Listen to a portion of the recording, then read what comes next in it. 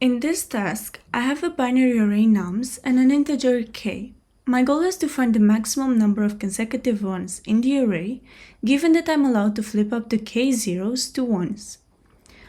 To tackle this problem efficiently, I use a strategic approach known as the sliding window technique. This technique helps me maintain and adjust the window of elements in the array to achieve the desired result. To solve this problem systematically, I start by declaring three essential variables: left, zero count, and the max len. The left variable represents the starting index of my sliding window, while the right variable, which is later declared in the loop, denotes the ending index. The zero count variable keeps track of the number of zeros within the current window, and the max len stores the maximum length of consecutive ones I encounter. I then iterate over the array using a for loop, with the right variable ranging from 0 to the size of nums. During each iteration, I check if the current element nums of right is 0. If it is, I increment the zero count by 1, considering the 0 as a potential candidate for flipping to 1.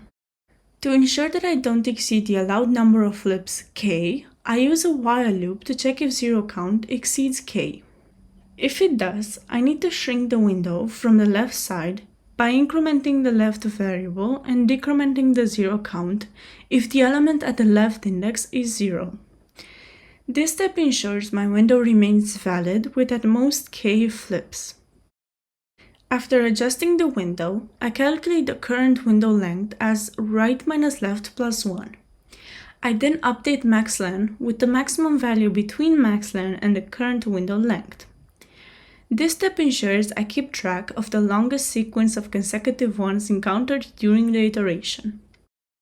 Once the loop is complete, I return the value of max len, which represents the maximum number of consecutive ones that can be achieved by flipping at most k zeros. This solution employs the sliding window technique to efficiently find the maximum number of consecutive ones by flipping up to k zeros. By maintaining a dynamic window and adjusting its size based on the number of zeros encountered, I ensure that the solution is both optimal and scalable. The process involves iterating through the array, managing the window size, updating the count of zeros, and keeping track of the maximum length of consecutive ones found.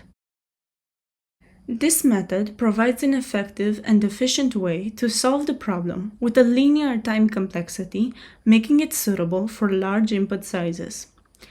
By following this structured approach, I can confidently solve the problem and ensure that my solution is both clear and efficient, providing the desired result in an optimal manner. The sliding window technique, combined with careful management of the variables, allows me to achieve the maximum number of consecutive ones with minimal computational overhead, ensuring that the solution is effective for various scenarios and input sizes. Let's test this code and submit it. Remember, every problem has multiple solutions, some more efficient than others. Exploring different approaches and optimizing your code is key to becoming a better programmer.